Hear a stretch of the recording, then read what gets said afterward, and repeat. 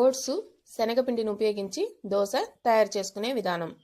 ఎర్రగడ్డ ముక్కలు, పచ్చిమిరకాయ ముక్కలు, కరివేపాకు, కొత్తిమీర తరిగి పక్కన పెట్టుకోవాలి. వాము కచ్చాపచ్చాగా దంచి పక్కన పెట్టుకోవాలి. శనగపిండి, ఓట్స్ పిండి. పాత్ర తీసుకొని అందులో కట్ చేసి పెట్టుకున్నాం కదా ఎర్రగడ్డ ముక్కలు, పచ్చిమిరకాయ ముక్కలు, కరివేపాకు, కొత్తిమీర వేసుకొని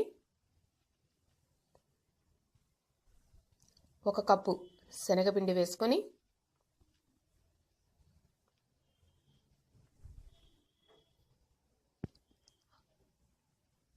రుచికి సరిపడా ఉప్పు, కచ్చాపచ్చాగా దంచుకున్న వాము, 1/2 కప్పు ఓట్స్ పౌడర్ వేసుకొని మొత్తం బాగా కలుపుకోవాలి.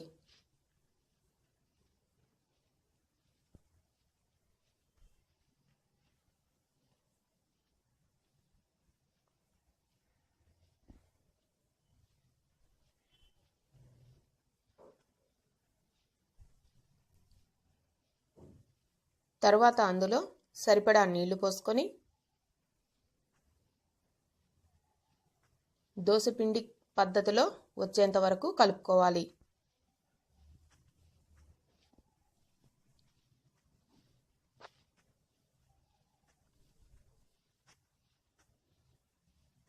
చూడండి, ఈ పద్ధతికి వచ్చేంత వరకు కలుపుకొని రెడీ చేసి పక్కన పెట్టుకోవాలి.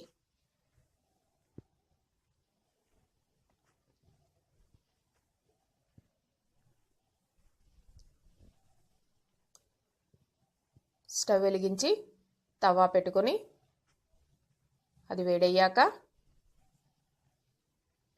దానిపై మనం ముందుగా చేసి పెట్టుకున్న బ్యాటర్ వేసుకొని నెమ్మదిగా ఇలా స్ప్రెడ్ చేసుకోవాలి. దానిపై కాస్త ఆయిల్ వేసుకొని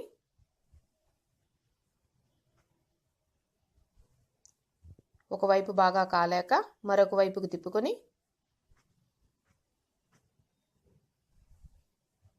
చూడండి, ఈ పద్ధతికి వచ్చేంత వరకు కాల్చుకొని సర్వింగ్ ప్లేట్లోకి తీసుకొని